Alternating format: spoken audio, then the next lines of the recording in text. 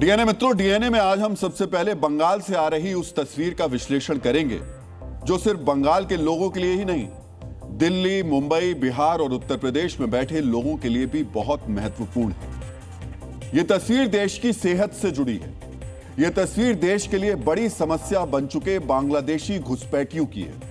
इस तस्वीर की सबसे बड़ी बात यह है कि बांग्लादेशी घुसपैठिए अब बंगाल खाली कर रहे हैं। बंगाल के बॉर्डर पर घुसपैठियों की भीड़ लगी है। पश्चिम बंगाल के हकीमपुर बॉर्डर पर सैकड़ों की संख्या में बांग्लादेशी नागरिकों का जमावड़ा है। पिछले 24 घंटों से यहां भीड़ बढ़ती ही जा रही है। लेकिन आपको यह जानना चाहिए कि जो लोग सालों से भारत में पहचान छिपाकर रह रहे थे, आज वो खुद क्यों सामने आ रहे हैं। आपको यह जानना चाहिए कि जो घुसपैठिए भारत में फर्जी पहचान पत्र बनवाकर रह रहे थे, आज वो अपना बांग्लादेशी पहचान पत्र हाथ में लेकर क्यों घूम रहे हैं। आपको यह जानना चाहिए कि जिन लोगों ने सरहद पार करने के लिए एजेंट्स को पैसे दिए थे, वो वापस बांग्लादेश जाने की गुहार क्यों लगा रहे हैं। आज आपको यह भी जानना चाहिए कि भारत में रह रहे इन घुसपैठियों की वजह से आपको, एक आम भारतीय नागरिक को, कितना नुकसान झेलना पड़ रहा है। ये घुसपैठिए कैसे आपके हक की रोटी खा रहे हैं, कैसे आपके हक की नौकरी छीन रहे हैं। लेकिन सबसे पहले पश्चिम बंगाल के हकीमपुर बॉर्डर से आई इन तस्वीरों पर थोड़ा गौर कीजिए। डीएनए मित्रों, इस भीड़ में युवा हैं, महिलाएं हैं, बच्चे हैं, बुजुर्ग हैं, अकेले लोग भी हैं और परिवार भी हैं। समझ रहे हैं आप, सब परिवार घुसपैठ कर रहे ये लोग भारत में अपना घर बसा चुके थे। घुसपैठियों की 2-2, 3-3 पीढ़ियां यहां रह रही थी। लेकिन अब सालों के अवैध प्रवास के बाद, सालों तक भारतीयों के हक की रोटी खाने के बाद, ये घुसपैठिए घर वापस जाना चाहते हैं, या यूं कहें कि वापस जाने को मजबूर हो गए। हकीमपुर बॉर्डर पर स्थिति क्या है, यह समझने के लिए आपको पहले हमारी ये ग्राउंड रिपोर्ट देखनी चाहिए। पश्चिम बंगाल सरकार यहाँ पे आने के बाद मुख्यमंत्री शुभेंदु अधिकारी ने जो सख्ती जो पॉलिसी लिया है कि किसी भी तरह से जो इलीगल बांग्लादेशी है, घुसपैठिया है, उनको रहने नहीं दिया जाएगा। उसी सख्ती के दौरान जो दिखाई दे रहा है, जो बांग्लादेशी जो है अपना सामान लेके, बैग है, उनके साथ साथ जो भी सामान है वो लेके, अपने परिवार को लेके यहाँ पे 100 के तादाद में जो बांग्लादेशी नागरिक है वहाँ पे आ चुके हैं। फिलहाल यहाँ पे ये वेट कर रहे हैं और जो प्रोसीड्योर है, जो लीगल प्रोसीड्योर है, उसके मुताबिक इनकी जो डॉक्यूमेंट्स है वो चेक किया जाएगा। इसके साथ साथ कोई किसी के खिलाफ कोई क्रिमिनल एंटीसीडेंट है कि नहीं, ये भी चेक किया जाएगा लोकल पीएस से। ये कंफर्म होने के बाद जो है बीएसएफ की तरफ से इनको ले जाकर बॉर्डर पे छोड़ा जाएगा। वापस बांग्लादेश लौटने का उतावलापन है, वापस जाने की जल्दबाजी है, किसी तरह से भारत की सरहद से निकलने की होड़ लगी हुई है। लेकिन आपको जानना चाहिए इस हड़बड़ी की वजह क्या है। मित्रों, पश्चिम बंगाल में सत्ता परिवर्तन के बाद जो नीतियां लागू की गई, ये उसका नतीजा है। डिटेक्ट, डिलीट और डिपोर्ट का जो मॉडल लागू किया गया, ये उसका डर है। पिछली सरकारों के कथित संरक्षण के खत्म होने का भय है और ये उन घुसपैठियों की बातों से साफ साफ पता चल भी रहा है।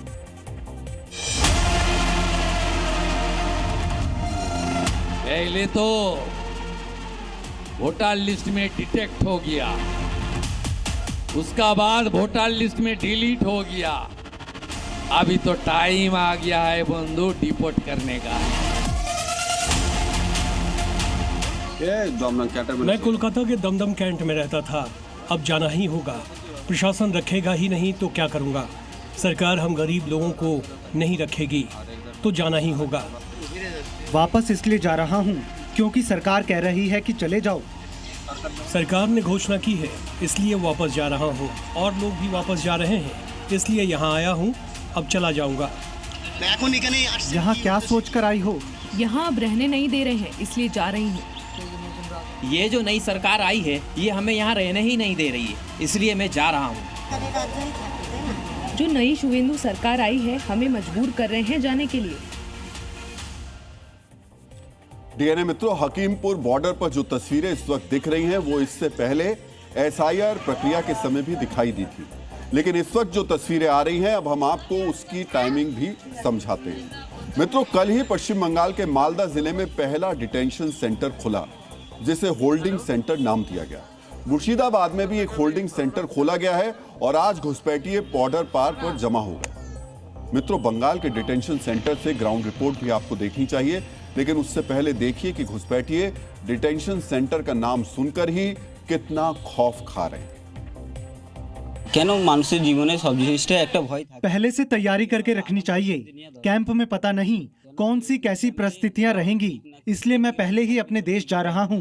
এর জন্য আমার দেশে আমি চলে যাচ্ছি।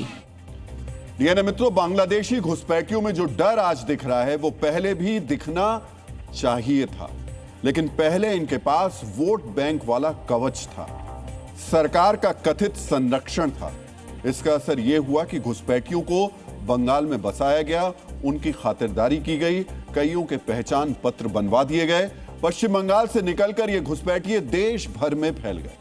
आज आपको यह जानना चाहिए कि बांग्लादेशी घुसपैठिए देश पर कितने बड़े बोझ बन गए हैं, इनकी वजह से देश को और कितना नुकसान हो रहा है। मित्रों, ये आम जनता के बीच ऐसे घुल मिल गए हैं कि इन्हें पहचानना मुश्किल हो गया है। ये आपके घर में आने वाले हाउस हेल्प हो सकते हैं, लेबर चौक पर काम की तलाश में खड़े मजदूर हो सकते हैं, किसी कंस्ट्रक्शन साइट पर काम करने वाले श्रमिक हो सकते हैं, कूड़ा बीनने वाले भी हो सकते हैं। आपको लग रहा होगा ये तो आपकी मदद कर रहे हैं, आपका काम आसान कर रहे हैं, लेकिन आपको आंकड़ों के जरिए समझना चाहिए ये दीमक की तरह इस देश के संसाधनों को कैसे खोखला करते जा रहे हैं। केंद्रीय मंत्री किरण रिजिजू ने साल 2016 में संसद में जानकारी दी थी कि भारत में करीब 2 करोड़ अवैध बांग्लादेशी रह रहे हैं। मित्रों, इंडिया फाउंडेशन, मीडिया संस्थानों के फैक्ट चेक और SPRF डेटा के आंकड़ों के मुताबिक घुसपैठिया हर साल 800 से 1200 करोड़ का मुफ्त राशन लेते हैं। सरकारी अस्पतालों में 500 से 800 करोड़ रुपए की मुफ्त स्वास्थ्य सेवाएं लेते हैं। मित्रों, ये कमाते भारत में हैं और पैसा बांग्लादेश भेजते हैं। आंकड़े बताते हैं कि घुसपैठिए सालाना 5000 से लेकर 8000 करोड़ रुपए देश से बाहर भेजते हैं। कुल मिलाकर घुसपैठियों की वजह से प्रतिवर्ष देश पर करीब 11,000 करोड़ रुपए का आर्थिक बोझ पड़ता है। 11,000 करोड़। डीएनए मित्रों, ये तो सीधा सीधा आर्थिक बोझ है, लेकिन आपको यह भी जानना चाहिए ये घुसपैठिए हमारे देश के श्रम बाजार को किस तरह खराब कर रहे हैं। मित्रों, अवैध बांग्लादेशी कम वेतन में काम करने को तैयार हो जाते हैं। इसका असर यह होता है कि जो स्थानीय मजदूर हैं वो या तो कम पैसों पर काम करने के लिए मजबूर होते हैं या फिर उन्हें काम मिलता ही नहीं। एक अनुमान के मुताबिक मजदूरी सेक्टर में घुसपैठियों की इस घुसपैठ से स्थानीय मजदूरों की आय 5 से 10% तक गिर गई है। डीएनए मित्रों, इन आंकड़ों की सत्यता आज हमारी ग्राउंड रिपोर्ट में भी हुई। हमने हकीमपुर बॉर्डर पर जमा हुए घुसपैठियों से यह पूछा कि वो भारत में क्या काम कर रहे थे। जवाब क्या मिला, ये भी आपको सुनना चाहिए। हम थकतम कोलकाता। मैं कोलकाता में रहता था। 4 साल पहले आया था, नदी पार करके आया था। यहाँ मिस्त्री का काम करता था। मैं कोलकाता में रहता था, लेबर का काम करता था। 18-19 साल पहले यहाँ आया था। मेरे माता पिता नहीं है, मैं कहाँ जाऊँ? मैं 10 साल से यहाँ रह रहा हूँ। कभी नारियल बेचता था, कभी घर में साफ सफाई का काम करता था। डीएनए मित्रों, ये घुसपैठिए स्थानीय नागरिकों से रोजगार का हक मार रहे थे। जो काम भारत के मजदूरों को मिलना चाहिए था वो सरहद पार से आए इन घुसपैठियों को मिल रहा था। पूर्व राष्ट्रपति डॉक्टर APJ अब्दुल कलाम ने कहा था, राष्ट्र की सुरक्षा केवल उसकी सीमाओं की रक्षा करने तक सीमित नहीं है। इसका असली अर्थ है देश के भीतर रहने वाले नागरिकों के अधिकारों, उनके संसाधनों और उनके आर्थिक भविष्य की रक्षा करना। जब तक हमारी आंतरिक नीतियां और कानून मजबूत नहीं होंगे, तब तक हम एक समृद्ध राष्ट्र का निर्माण नहीं कर सकते। मित्रों, पश्चिम बंगाल में सत्ता परिवर्तन के बाद नीतियों में भी बदलाव आया है।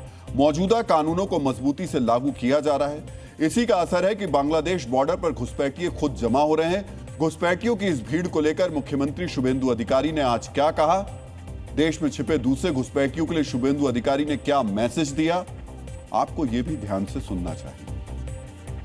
ये एग्जिस्टिंग फॉरेनर्स एक्ट है, कोई नया कानून नहीं है। और ये लोग चला जाना चाहिए। और उनका बांग्लादेशी जो नागरिक है उनका लेने का जिम्मेदार तो है उनका। तो जब हम लोग यहाँ से बोल रहा था तब वहाँ से उनका जो स्पोक्स पर्सन है, मैं देखा था सोशल मीडिया में और यूट्यूब में आया, जो उन्होंने बताया जो बांग्लादेशी है वो तो हम लोग ले लेगा। तो ये सब बांग्लादेशी है, उसको ले लेना चाहिए। लेकिन ये लोग को, पुलिस को हम लोग बता दिया जेल में भेजने का जरूरत नहीं है। देश के रुपया में खाना खाएगा, कपड़ा देगा, मेडिसिन देगा। एक दामाद है ये लोग। जल्दी जल्दी भागो, जल्दी जल्दी भागो, नहीं तो जो करना है सरकार करेगा। डीएनए मित्रों, पश्चिम बंगाल के हकीमपुर बॉर्डर की ये तस्वीरें सिर्फ बंगाल के लिए ही अच्छी खबर नहीं है। जैसा कि हमने आपसे कुछ देर पहले कहा, ये पूरे देश के लिए अच्छी खबर है, क्योंकि घुसपैठ किसी एक राज्य की नहीं, देश की समस्या है और बहुत बड़ी समस्या है। तस्वीरों में दिख रहे ये वो लोग हैं जो सालों से हमारे देश में रह रहे थे। इनमें से कई लोगों के पास तो भारत का आधार कार्ड मौजूद है, वही आधार कार्ड जो आपके, हमारे और हर भारतीय के पास होता है। इनमें से कई लोगों के पास वोटर आईडी कार्ड भी है, यानी ये हमारे देश में सरकार चुनने की प्रक्रिया में शामिल थे, अपने वोट से सरकार तय करते थे। तुष्टीकरण की राजनीति करने वालों ने इन्हें संरक्षण दे रखा था। इन्हें भारत में बसाने के लिए किस तरह आश्वासन दिया जाता था, इस बात की गवाही हकीमपुर बॉर्डर पर पहुंचे घुसपैठिए खुद दे रहे हैं। नहीं, कोई भारतीय दस्तावेज नहीं है, बांग्लादेश के दस्तावेज हैं। हम लोग सोचे थे यहाँ के दस्तावेज बनवाएंगे, इस देश में रहेंगे, लेकिन वो हम बनवा नहीं पाए। हम लोगों के वहाँ एक क्लब है जिसने कहा था सारा इंतजाम कर देंगे। मैं बच्चों के साथ वापस जा रहा हूँ, कोई दस्तावेज नहीं है। एक आदमी ने कहा था वो बनवा देगा, लेकिन वो बनवा ही नहीं पाया। डीएनए मित्रों, इन घुसपैठियों के पास भारत में वोट करने का अधिकार था, सरकार चुनने का अधिकार था। आज से पहले जो सरकारें रहीं वो इनकी मौजूदगी को नकारती रहीं। आरोप लगते रहे कि सरकार के संरक्षण में इन्हें भारत का नागरिक बनाने की पुरजोर कोशिश की जा रही है, लेकिन इन आरोपों को खारिज कर दिया गया। उल्टा एसआईआर की प्रक्रिया में जब इनके नाम काटे गए तो सवाल उठाया गया। जो लोग एसआईआर पर सवाल उठा रहे थे वो आज देख लें, इन्हीं लोगों के नाम काटे गए। जो लोग इन बांग्लादेशी घुसपैठियों की मौजूदगी को नकार रहे थे वो आज इनके हाथ में मौजूद बांग्लादेशी आईडी जो है वो कार्ड भी देख लें। डीएनए मित्रों, आपको यह भी जानना चाहिए कि इन लोगों को बांग्लादेश कैसे भेजा जाएगा। ऐसा नहीं कि इनके बांग्लादेशी पहचान पत्र को देखकर इन्हें सीधे बांग्लादेश की सीमा के पास ले जाया जाएगा और फिर छोड़ दिया जाएगा। इन्हें वापस भेजने की एक कानूनी प्रक्रिया होती है। सबसे पहले घुसपैठियों से इनके वैध बांग्लादेशी दस्तावेज मांगे जाते हैं, उनकी जांच की जाती है। इसके बाद ये भारत में जहां रहते हैं वहां के स्थानीय पुलिस थाने में जाकर इनके दस्तावेजों की जांच की जाती है। ये पता किया जाता है कि ये कितने समय से रह रहे थे। इसके बाद ये जानकारी जुटाई जाती है कि कहीं इनका कोई आपराधिक रिकॉर्ड तो नहीं है। वेरिफिकेशन होने के बाद इनके फिंगरप्रिंट्स और चेहरे का स्कैन किया जाता है ताकि वो दोबारा भारत में किसी चेक पोस्ट के जरिए प्रवेश न कर पाए। इसके बाद बीजीबी यानी बॉर्डर गार्ड बांग्लादेश से बातचीत कर औपचारिक रूप से उन्हें सौंप दिया जाता है। लेकिन जिन लोगों को बीजीबी लेने से इनकार कर देती है उसके लिए दोनों पक्षों के बीच फ्लैग मीटिंग की जाती है। बातचीत के जरिए उन्हें वापस भेजा जाता है। फ्लैग मीटिंग के जरिए घुसपैठियों को वापस भेजने की प्रक्रिया लंबी होती है, कई बार महीनों लग जाते हैं। ऐसे में सवाल उठता है कि घुसपैठियों को इतने दिन कहां रखा जाएगा। डीएनए मित्रों, इसका जवाब है डिटेंशन सेंटर। शुभेंदु सरकार ने डिटेक्ट, डिलीट और डिपोर्ट मॉडल लागू करने के बाद डिटेंशन सेंटर खोलने के भी आदेश दे दिए हैं और आदेश आते ही पश्चिम बंगाल में 2 डिटेंशन सेंटर्स खोले जा चुके हैं। मालदा और मुर्शिदाबाद में सरकारी बिल्डिंग्स को होल्डिंग सेंटर बनाया गया है जहां अवैध बांग्लादेशियों को रखा जाना है। डिटेंशन सेंटर के खुलते ही पहले 24 घंटे में 12 बांग्लादेशी नागरिकों को यहां भेज दिया गया। इनमें से 9 मालदा जिले के इंग्लिश बाजार सेंटर में हैं और 3 मुर्शिदाबाद जिले के लाल गोला में। डीएनए मित्रों, ये डिटेंशन सेंटर दिखते कैसे हैं, यहाँ क्या इंतजाम किए गए हैं, सुरक्षा कैसी है, ये आपको हमारी अगली ग्राउंड रिपोर्ट से पता चल जाएगा। अवैध रूप से बंगला में रहने वालों के लिए ये बनाए गए ये होल्डिंग सेंटर, मालदा जिले की ये होल्डिंग सेंटर इंग्लिश बाजार चंदन पार्क में उपस्थित है और ये सेंटर था महिला का प्रशिक्षण सेंटर और इसमें अभी 9 बांग्लादेशी रहने का बंदोबस्त किया है प्रशासन ने। इसके मॉनिटरिंग के लिए सीसीटीवी कैमरा लगाया गया है। आप देख सकते हैं ऊपर में एक सीसीटीवी कैमरा है जो बाहर के तरफ की पिक्चर मॉनिटरिंग के लिए लगाया गया है। मित्रों, ये डिटेंशन सेंटर अस्थायी है। पश्चिम बंगाल सरकार स्थायी डिटेंशन सेंटर्स बनाने वाली है और इन्हीं डिटेंशन सेंटर्स का डर है कि घुसपैठिए खुद सरहद पर जाकर सरेंडर कर रहे हैं। आज हकीमपुर बॉर्डर की ये तस्वीरें सिर्फ एक राज्य की खबर नहीं है, पूरे देश के लिए एक केस स्टडी है, मिसाल है। ये बताती है कि जब कानून अपना काम सही तरीके से करता है और इच्छा शक्ति मजबूत होती है तो दशकों से अवैध रूप से देश में रहकर उसे खोखला करने वाले घुसपैठिए भी खुद ब खुद रास्ता नाप लेते हैं। डीएनए मित्रों, घुसपैठ के खिलाफ शुभेंदु अधिकारी के कड़े रुख से अवैध घुसपैठियों में भागम भाग मची हुई है। वहीं एक भागम भाग बंगाल के भीतर अपराधियों में भी है। जो अपराधी अभी तक राजनीतिक संरक्षण में पलते थे, अब सड़कों पर उनकी परेड निकाली जा रही है, वो भी बनियान में। आज हम बंगाल में अपराधियों के खिलाफ शुभेंदु अधिकारी के बनियान मॉडल का विश्लेषण करेंगे। साथ ही इसकी तुलना यूपी के हाफ एनकाउंटर वाले मॉडल से भी करेंगे। लेकिन उससे पहले आपको बनियान परेड के नए मामले के बारे में जानना चाहिए। मित्रों, बनियान परेड का यह मामला भी हावड़ा से ही आया। पुलिस ने टीएमसी के नेता और सेंट्रल हावड़ा के कथित डॉन शमीम अहमद को गिरफ्तार करने के बाद इसकी परेड कराई।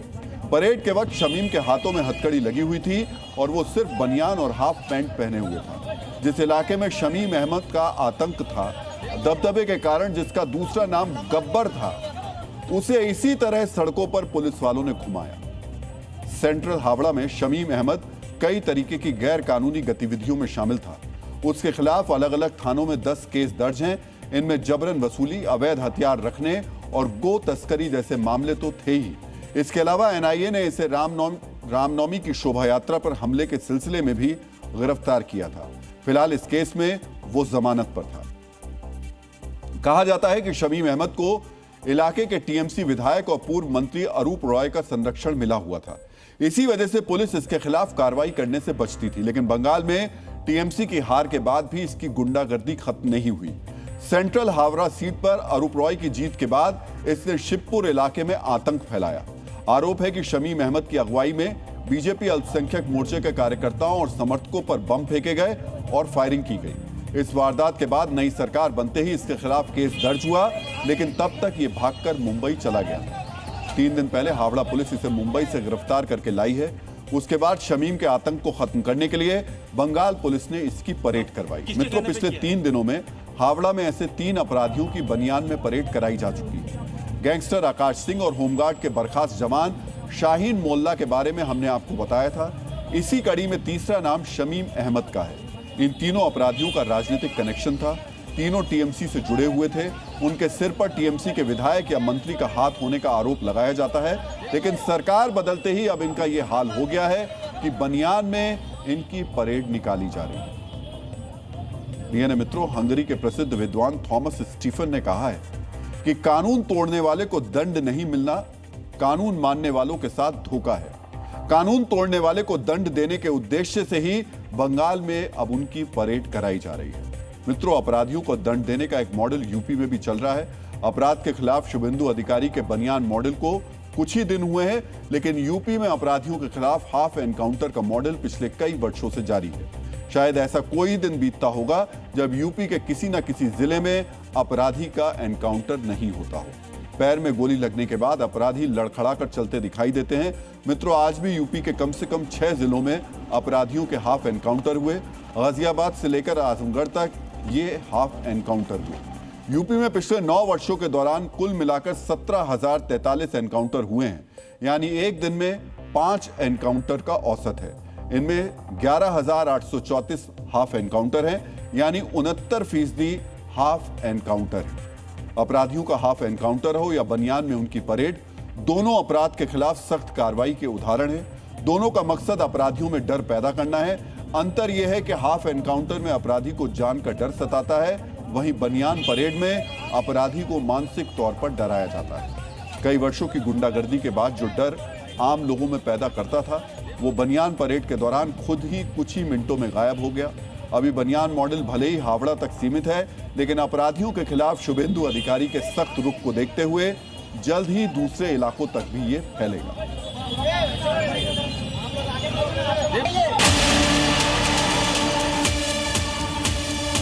यूपी में बकरीद से पहले मुख्यमंत्री योगी आदित्यनाथ के निर्देश पर सख्ती से अमल किया जा रहा है।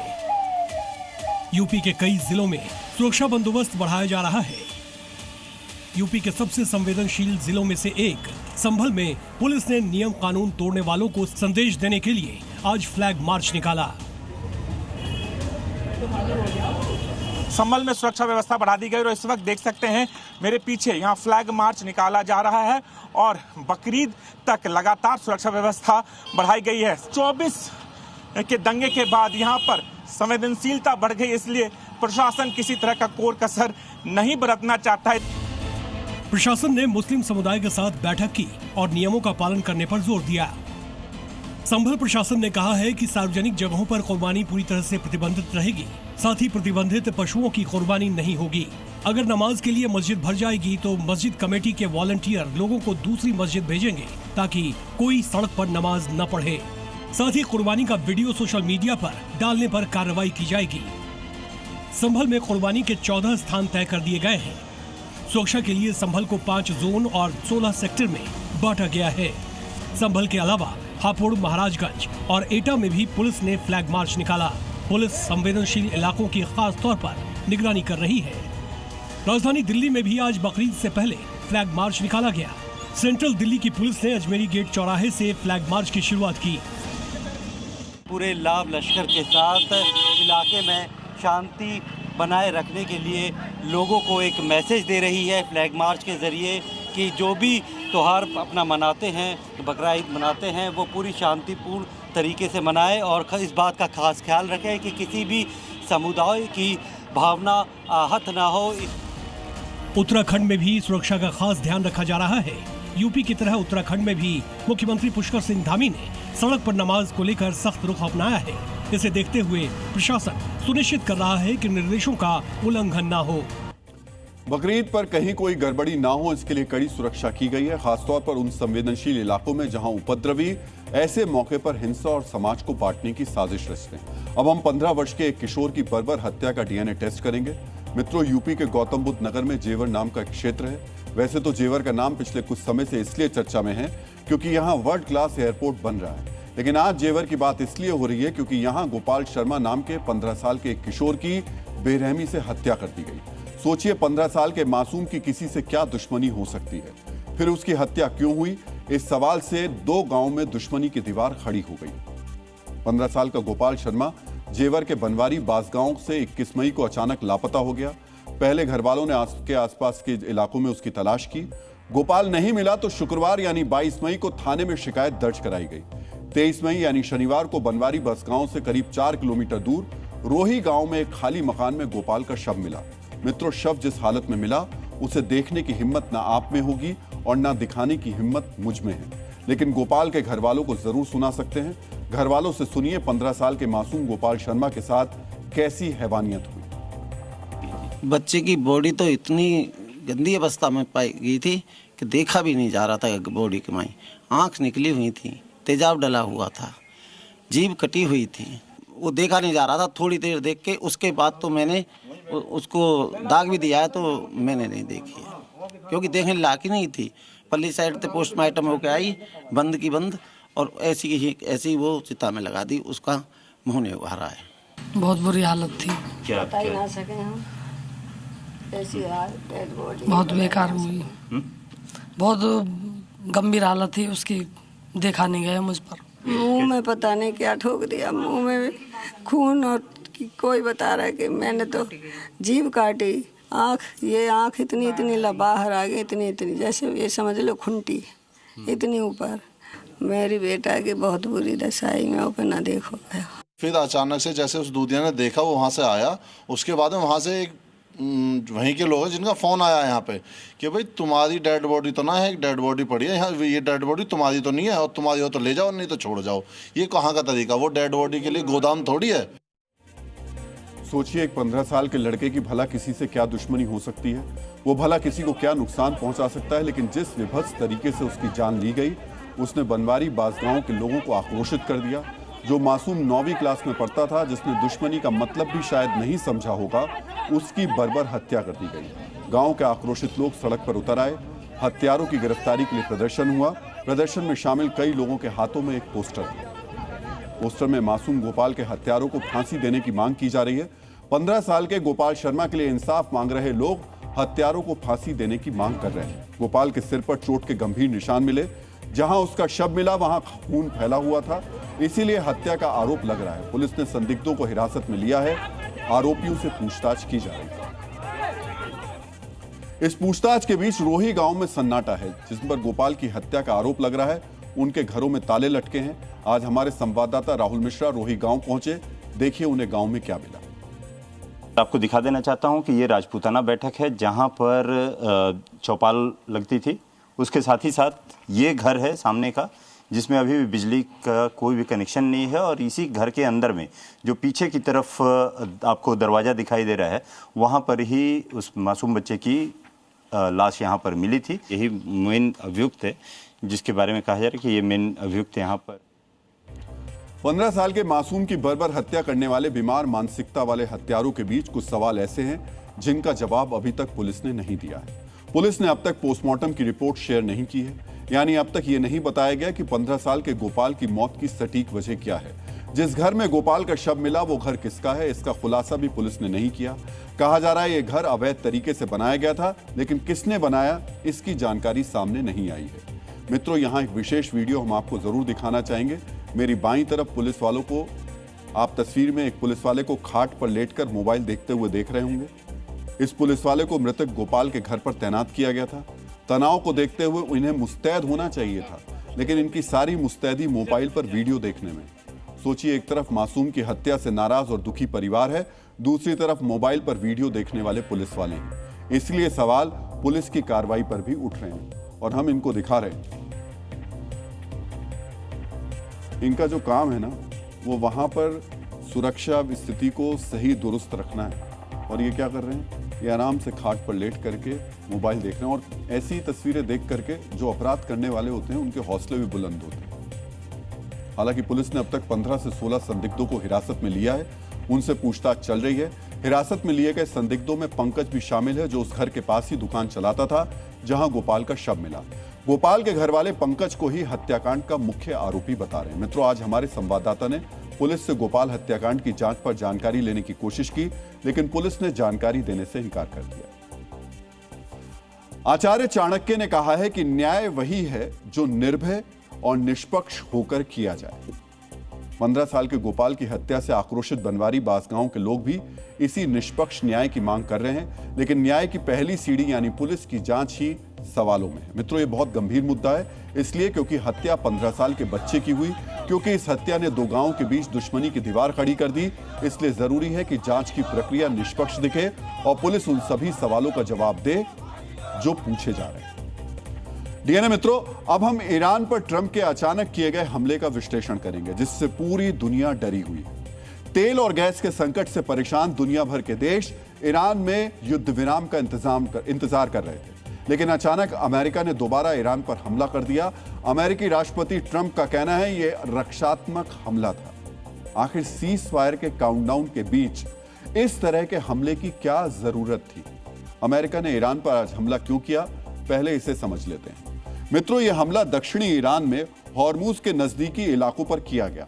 अमेरिकी सेना का दावा है कि इस हमले में नौसेना और वायुसेना के संसाधनों का इस्तेमाल किया गया। अमेरिकी सैन्य कार्रवाई में ईरान की IRGC से जुड़ी हाई स्पीड बोट्स को निशाना बनाया गया। इसके साथ ही हॉर्मुज के नजदीक स्थित बंदर अब्बास बंदरगाह पर भी मिसाइल दागी गई। अमेरिका का आरोप है कि IRGC हॉर्मुज में बारूदी सुरंग लगाने की कोशिश कर रही थी। इसी वजह से अचानक हमला किया गया। ईरान ने जो जानकारी दी है उसके मुताबिक IRGC के 4 सैनिक इस हमले में मारे गए हैं। बंदर अब्बास पर स्थित एक एयर डिफेंस सिस्टम यानी हवाई रक्षा प्रणाली भी हमले में तबाह हुई है। मित्रों, अमेरिका और ईरान के वर्तमान तनाव के बीच ये तीसरी बार है जब 2500 साल पुराने बंदर अब्बास बंदरगाह को निशाना बनाया गया है। अब बड़ा सवाल यह है कि जब पाकिस्तान के साथ अमेरिका का मित्र देश कतर भी युद्ध विराम के लिए प्रयास कर रहा है, तो ऐसे वक्त में ट्रंप ने हमले का आदेश क्यों दिया? इस सवाल का सबसे ठोस जवाब है ईरान पर आर्थिक दबाव बढ़ाना। ट्रंप को लगता है ऐसा करके तेहरान की सरकार युद्ध विराम के प्रस्ताव में ज्यादातर अमेरिकी शर्तों को मानने के लिए मजबूर हो जाएगी। बंदर अब्बास वो बंदरगाह है जहां से ईरान का 52% ऑयल प्रोडक्ट की सप्लाई होती है। इन उत्पादों में डीजल, नाफ्था और कैरोसिन शामिल है। बंदर अब्बास में ही ईरान की सबसे बड़ी गैस रिफाइनरी है। आसान शब्दों में समझिए तो इस बंदरगाह से ईरान को हर साल तकरीबन 2,90,000 करोड़ की कमाई होती है। यह रकम ईरान के कुल तेल निर्यात का तकरीबन 50% हिस्सा है। मित्रों, उम्मीद है कि हमारी इस जानकारी और आंकड़ों से आप ट्रंप का इरादा समझ गए होंगे। युद्ध की वजह से पहले ही ईरान की अर्थव्यवस्था को भारी नुकसान हो चुका है। ट्रंप चाहते हैं कि ईरान को हो रहे आर्थिक नुकसान का मीटर ऊपर चढ़े। इस तरह ईरान को बातचीत की टेबल पर झुकाया जा सकता है। यहां भी एक सवाल खड़ा होता है, क्या वाकई ट्रंप की यह नीति कारगर साबित होगी? इस सवाल का पहला जवाब खुद ईरान के सुप्रीम लीडर मोस्तफा खामनेई ने दिया। अपनी सीक्रेट लोकेशन से मोस्तफा खामनेई ने एक संदेश जारी करके कहा, हम ये जानते हैं कि अरब देशों से हमारे संबंधों को अब सुधारा नहीं जा सकता। अब हम इन देशों में अमेरिका के सैन्य अड्डे और संसाधनों को सुरक्षित नहीं रहने देंगे।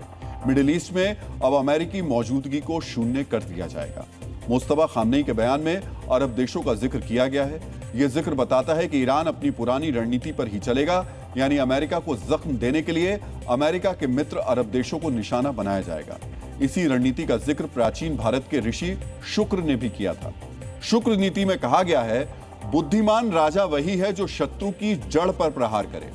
शत्रु की जड़ उसके मित्र राष्ट्र होते हैं। जिस तरह किसी वृक्ष की शाखाएं काट देने से वो वृक्ष अपने आप सूख जाता है, ठीक उसी तरह शत्रु के मित्र देशों पर हमला करने से शत्रु देश को भी बड़ा नुकसान उठाना पड़ता है। डीएनए मित्रों, एक शायर ने लिखा है, दुनिया में कहीं भी जंग हो पर कुछ लोगों की चांदी है, इंसान की लाशें गिरती हैं और आती नोटों की आंधी है। इस कलाम के मायने हैं कि कुछ लोग जंग में मुनाफा भी कमाते हैं। अगर अमेरिका के हालिया हमलों से जंग भड़की, तनाव और भड़का, तो अमेरिका और ट्रंप दोनों का मुनाफा होना तय है। इस जंग की वजह से खाड़ी से आने वाले तेल और गैस की सप्लाई पर ब्रेक लग गए हैं। इसकी कमी पूरी करने के लिए दुनिया अलग अलग किरदारों से अतिरिक्त तेल खरीद रही है। इन किरदारों में अमेरिकी तेल कंपनियां भी शामिल हैं। युद्ध की वजह से मार्च और अप्रैल के महीने में इन कंपनियों को तकरीबन 4,80,000 करोड़ रुपए का अतिरिक्त मुनाफा हुआ। अगर युद्ध से पहले के दौर से तुलना की जाए तो यह मुनाफा 84% से ज्यादा है। यानी युद्ध काल में अमेरिकी तेल कंपनियों ने तकरीबन 2 गुना मुनाफा कमा लिया। दुनिया को लग रहा है कि ईरान के युद्ध ने तेल की कमी पैदा की है। इसी वजह से अलग अलग देशों की तेल कंपनियों को मुनाफा हो रहा है। लेकिन इस युद्ध में बिजनेसमैन ट्रंप भी शामिल है, जो एक युद्ध से कई फायदे निकाल रहे हैं। तेल के साथ साथ ईरान के युद्ध ने अमेरिका के डिफेंस मैन्युफैक्चरर्स यानी हथियार बनाने वाली कंपनियों को भी फायदा पहुंचाया है। इन अमेरिकी कंपनियों को अमेरिकी सरकार से ही 20 लाख करोड़ रुपए के ऑर्डर मिल चुके हैं। मिडिल ईस्ट में स्थित अमेरिका के मित्र देशों ने इन कंपनियों से 3 लाख करोड़ रुपए के हथियार खरीदे हैं। इजराइल ने भी अमेरिकी कंपनियों से 1,15,000 करोड़ रुपए के हथियार खरीदे हैं। यानी युद्ध के 3 महीने भी पूरे नहीं हुए और इस बीच अमेरिकी कंपनियों ने 25 लाख करोड़ रुपए के हथियार बेच दिए।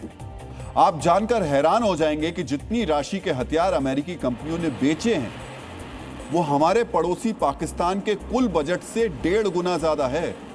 इतना बिजनेस तो सिर्फ 87 दिनों के युद्ध में हुआ है, सिर्फ 87 दिन के युद्ध में। जरा सोचिए, अगर यह युद्ध लंबा खिंच गया तो अमेरिकी कंपनियों को कितना फायदा होगा। इसी वजह से ट्रंप हमलों के ऑर्डर दे रहे हैं और ट्रंप के मंत्री धमकियां दे रहे हैं। ईरान के युद्ध से अमेरिकी कंपनियों के साथ साथ ट्रंप के राजनीतिक कद को भी फायदा पहुंचेगा। युद्ध शुरू होते वक्त ट्रंप ने ईरान के संवर्धित यूरेनियम का जिक्र किया था। ट्रंप ने कहा था वो ईरान का संवर्धित यूरेनियम को अमेरिकी कस्टडी में लेना चाहते हैं। हालिया हमले के दौरान भी ट्रंप ने दोबारा ईरान के यूरेनियम का जिक्र किया। फर्क इतना है कि इस बार ट्रंप ने शर्तें बदल दी हैं। ट्रंप ने अपने सोशल मीडिया प्लेटफॉर्म पर लिखा, हमने ईरान को बता दिया है कि वो अपना संवर्धित यूरेनियम अमेरिका को सौंप दे और हम उसे नष्ट कर देंगे। दूसरा विकल्प यह कि ईरान का संवर्धित यूरेनियम ईरान के अंदर ही नष्ट कर दिया जाए। इस प्रक्रिया में अंतर्राष्ट्रीय पर्यवेक्षकों को भी शामिल किया जाएगा।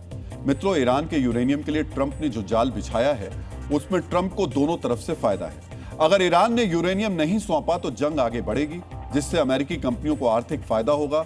अगर ईरान ने यूरेनियम नष्ट करने पर हामी भर दी तो अमेरिका में ट्रंप नेशनल हीरो बन जाएंगे। यानी 21वीं सदी के वो अमेरिकी राष्ट्रपति जिसने ईरान से पैदा हुए कथित परमाणु खतरे को खत्म कर दिया। मित्रों, जिस तरह ट्रंप ने ईरान के लिए जाल बिछाया है, ठीक वैसा ही एक जाल पाकिस्तान के लिए भी तैयार किया है। इस जाल का नाम है अब्राहम अकॉर्ड्स, यानी अब्राहम समझौता। हालांकि पाकिस्तान का कोई दीन ईमान नहीं है, फिर भी ट्रंप के एक ऑफर ने पाकिस्तान को धर्म संकट में डाल दिया। डोनाल्ड ट्रंप ने कहा है कि ईरान के युद्ध का समाधान निकालने के लिए अमेरिका ने बहुत मेहनत की है। अब मिडिल ईस्ट और मिडिल ईस्ट के बाहर अमेरिका के मित्र मुस्लिम देशों को अब्राहम अकॉर्ड का हिस्सा बनना चाहिए। यह हमारी न्यूनतम मांग है। अगर किसी मित्र मुस्लिम देश ने अब्राहम अकॉर्ड को नहीं स्वीकारा तो हमारी नजरों में उसकी नीयत पर भी सवाल उठेंगे। ट्रंप की इस न्यूनतम मांग ने मुनीर और शहबाज को किस तरह फंसाया है, यह समझने के लिए आपको सबसे पहले अब्राहम समझौते को समझना चाहिए। इस समझौते की बुनियाद ही आपको बता देगी कि मुनीर और शहबाज कैसे चारों तरफ से फंस गए। अब्राहम समझौता ट्रंप का ही ब्रेन चाइल्ड यानी उनके दिमाग की ही पैदाइश है। इस समझौते की दो बड़ी बातें हैं। समझौते के तहत अमेरिका के मित्र देशों के लिए इजराइल को मान्यता देना अनिवार्य हो जाता है। इसके साथ साथ फिलिस्तीन के मुद्दे पर भी मुस्लिम देश इजराइल पर दोषारोपण नहीं कर सकते। बदले में इजराइल इन मुस्लिम देशों को तकनीक देता और इजरायली कंपनियां इस्लामिक देशों में निवेश करती। अब तक इजराइल समेत 5 मुस्लिम देश इस समझौते पर दस्तखत कर चुके हैं। ईरान युद्ध के दौरान इजराइल ने अरब मुस्लिम देशों की मदद भी की है। सऊदी अरब को इजरायली इंटेलिजेंस यानी मोसाद से मदद मिली। जॉर्डन और इजिप्ट को इजरायली एयर डिफेंस का सहयोग मिला। इसी वजह से इन देशों की अब्राहम अकॉर्ड पर दस्तखत करने की संभावना ज्यादा है, लेकिन पाकिस्तान के लिए यह एक बहुत बड़ी मुश्किल है। मित्रों, पाकिस्तान मानता है कि इजरायली जमीन के असली हकदार फिलिस्तीन के लोग हैं। इसी वजह से पाकिस्तान ने आज तक इजराइल को मान्यता नहीं दी है। पाकिस्तान यरूशलेम पर भी इजराइल के नहीं बल्कि फिलिस्तीनियों के कब्जे की हिमायत करता है। पाकिस्तान में मौजूद कट्टरपंथी गुट भी अब्राहम अकॉर्ड के विरोधी रहे। ट्रंप के पहले कार्यकाल के दौरान कट्टरपंथियों के दबाव की वजह से ही पाकिस्तान ने समझौते से किनारा किया था। ट्रंप के पहले कार्यकाल में तो पाकिस्तान बच गया, लेकिन इस बार मुश्किल है। पाकिस्तान को मध्यस्थ बनाकर ट्रंप पहले ही पाकिस्तान का कद बढ़ा चुके हैं। क्रिप्टो करेंसी में निवेश करके ट्रंप ने पाकिस्तान पर आर्थिक मेहरबानी की है। इसी वजह से मुनीर और शहबाज के लिए इस बार ट्रंप को नाराज करना मुश्किल है। पाकिस्तान के विदेश मंत्री ने अब्राहम समझौते पर दस्तखत न करने का दावा तो किया, लेकिन साथ ही साथ यह भी कह दिया कि बयान उनकी निजी राय है। अगर किसी देश का विदेश मंत्री विदेश नीति से जुड़े मुद्दे पर निजी बयान जैसे शब्द जोड़े तो समझना मुश्किल नहीं है कि उस मुद्दे पर सरकार के अंदर खलबली मची हुई है। इस खलबली की वजह है ट्रंप का वो मॉडल जिसमें इनकार की गुंजाइश है ही नहीं। इसी साल ट्रंप ने यूरोपियन यूनियन से कहा था कि ग्रीनलैंड पर अमेरिका का अधिकार होना चाहिए। यूरोपीय यूनियन ने मना किया तो ट्रंप ने यूरोपियन यूनियन पर अलग अलग क्षेत्रों में 10 से लेकर 25% तक का टैरिफ थोप दिया। ट्रंप ने मैक्सिको और कोलंबिया जैसे देशों से अमेरिका में रह रहे अपने नागरिकों को वापस बुलाने के लिए कहा। ट्रंप को इनकार मिला तो बदले में इन देशों को मिला 25% का भारी भरकम टैरिफ। पाकिस्तान के मामले में तो ट्रंप को टैरिफ लगाने की भी जरूरत नहीं पड़ेगी। पाकिस्तान पहले से ही कंगाल है। ट्रंप ने अगर आर्थिक मदद के रास्ते बंद कर दिए तो उतना भी पाकिस्तान की कमर तोड़ने के लिए काफी होगा। इसी वजह से दुनिया कह रही है कि मुनीर और शहबाज के लिए आगे कुआं पीछे खाई जैसे हालात पैदा हो गए। इन हालात से बचने के लिए अगर अब्राहम समझौते पर दस्तखत किए तो आगे कुआं पीछे खाई के साथ दुनिया में जग हंसाई भी जुड़ जाएगा। अब्राहम अकॉर्ड में शामिल होने की शर्त से पाकिस्तान तनाव में है और दिल्ली में क्वाड देशों की बैठक से चीन टेंशन में है। भारत की मेजबानी में हुई क्वाड बैठक की गूंज आज सीधे बीजिंग तक सुनाई दी। आज आपको जानना चाहिए इस मीटिंग में ऐसा क्या हुआ कि चीन की जिनपिंग सरकार बेचैन हो गई। मित्रों, नई दिल्ली में दुनिया के 4 सबसे ताकतवर लोकतंत्र भारत, अमेरिका, जापान और ऑस्ट्रेलिया के नेता एक मेज पर जुटे। इसे इंटरनेशनल डिप्लोमेसी की भाषा में क्वाड कहते हैं। बहुत ही सरल भाषा में कहें तो ये दुनिया के 4 बड़े और असरदार देशों का समूह है जो समंदर से लेकर आसमान तक शक्ति और नियम कानून बनाने के लिए, शांति और नियम कानून बनाने के लिए तैयार किया गया है। विदेश मंत्री एस जयशंकर ने खुद आधिकारिक बयान जारी करते हुए कहा कि चारों देशों के बीच ये मीटिंग बेहद सकारात्मक और सार्थक रही। बैठक के बाद साझा बयान भी जारी किया गया जिसमें हॉर्मुज स्ट्रेट की सुरक्षा और Bharat America critical minerals framework जैसी ऐतिहासिक डील्स पर अंतिम मोहर लगा दी गई। विदेश मंत्री एस जयशंकर ने इस बारे में क्या कहा, यह भी आपको सुनना चाहिए।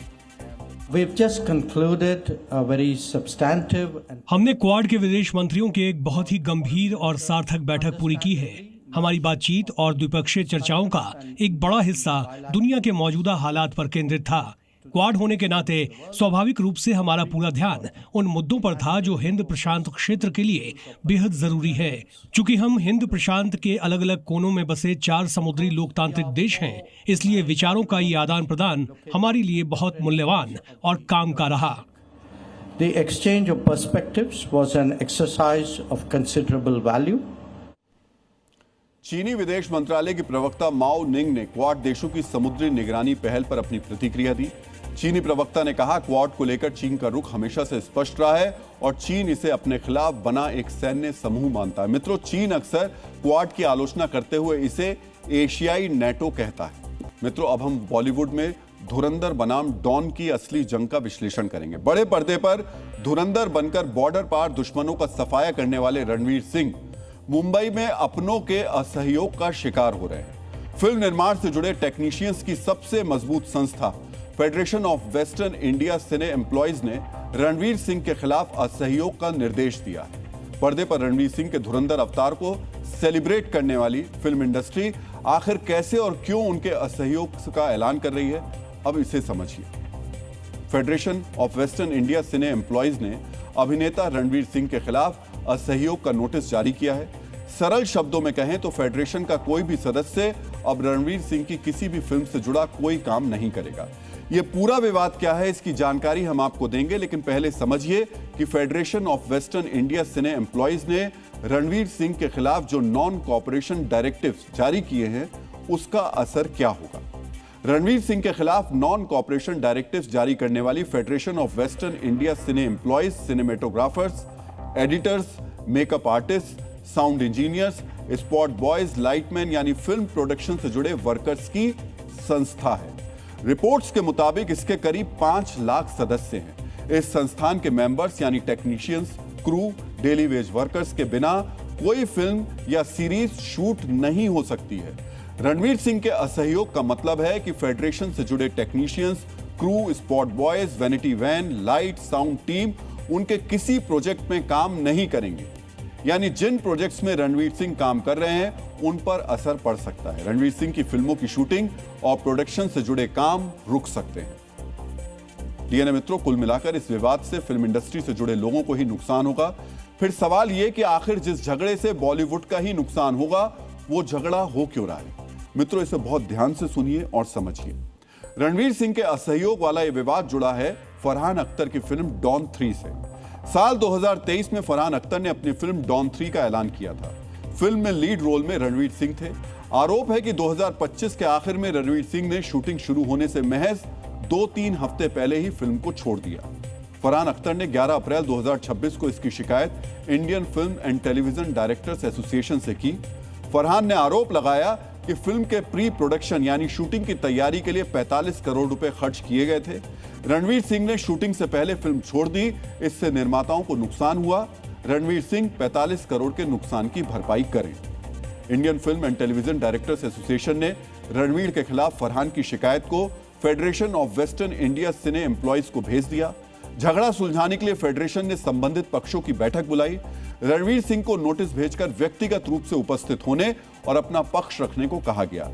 3 रिमाइंडर भेजे गए, लेकिन रणवीर अपना पक्ष रखने के लिए फेडरेशन के सामने नहीं पहुंचे, तो इसीलिए उनके खिलाफ असहयोग का निर्देश जारी कर दिया गया। हमने ये कॉल लिया है आपस में बैठ के कि हमने नॉन कॉपरेशन जो है वो इशू किया है रणवीर सिंह के खिलाफ। इसका मतलब यह है कि हमारे जितने भी वर्कर्स मेंबर्स हैं सारे क्राफ्ट्स के, वो इनके किसी भी प्रोजेक्ट में काम नहीं करेंगे। कोई भी प्रोजेक्ट, चाहे वो एड फिल्म हो, चाहे वो सीरीज हो, चाहे कुछ भी हो, एनी प्रोजेक्ट दैट मैटर। और हमने रिक्वेस्ट की है सारे प्रोड्यूसर्स को कि वो भी स्टैंड लें, वो भी साथ में आएँ, वो भी इसके अगेंस्ट बात करें, वो भी डिसीजन लें। मित्रों, इस विवाद में फरहान अख्तर और उनकी कंपनी एक पक्ष है, दूसरा पक्ष रणवीर सिंह का है। रणवीर सिंह ने भी federation of western India cine employees के सहयोग वाले फैसले पर अपना पक्ष रखा। अपने प्रवक्ता के जरिए उन्होंने कहा है कि फिल्म जगत और डॉन फिल्म से जुड़े सभी लोगों के प्रति गहरा सम्मान रखते हैं। डॉन 3 से जुड़े हालिया घटनाक्रमों के दौरान उन्होंने जानबूझकर चुप्पी साधे रखी है, क्योंकि ऐसे मामलों को गरिमा, परिपक्वता और आपसी सम्मान के साथ ही संभालना चाहिए। Federation of western India cine employees इस मामले की सुनवाई के लिए उपयुक्त मंच नहीं है। यह विवाद कॉन्ट्रैक्ट से जुड़ा कानूनी मामला है, जिसकी सुनवाई उचित न्यायिक मंच पर होनी चाहिए। रिपोर्ट्स के मुताबिक रणवीर चाहते हैं कि डॉन 3 में उनका किरदार ज्यादा डार्क, एग्रेसिव और हिंसा वाला हो, जबकि फरहान इस बदलाव के लिए तैयार नहीं थे। इसलिए रणवीर ने फिल्म छोड़ दी। रणवीर इसे रचनात्मक मतभेद बता रहे हैं, जबकि फरहान अख्तर इसे धोखा बता रहे हैं। मित्रों, यहां हम आपको बताना चाहेंगे कि रणवीर सिंह को बैन नहीं किया गया है, ना ही उनका बहिष्कार किया गया है। Federation of western India cine employees ने अपने सदस्यों से रणवीर का असहयोग करने की अपील की है। फेडरेशन अब भी बातचीत के लिए तैयार है। उसकी तरफ से कहा गया है कि सभी पक्ष आमने सामने बैठकर सौहार्दपूर्ण समाधान निकाल सकते हैं। और डीएनए में अब आज का संदेश। समय का सबसे बड़ा सत्य यह है कि मोह अधिक हो जाए तो बुराई नहीं दिखती, और घृणा अधिक ज्यादा हो जाए तो फिर अच्छाई नजर नहीं आती।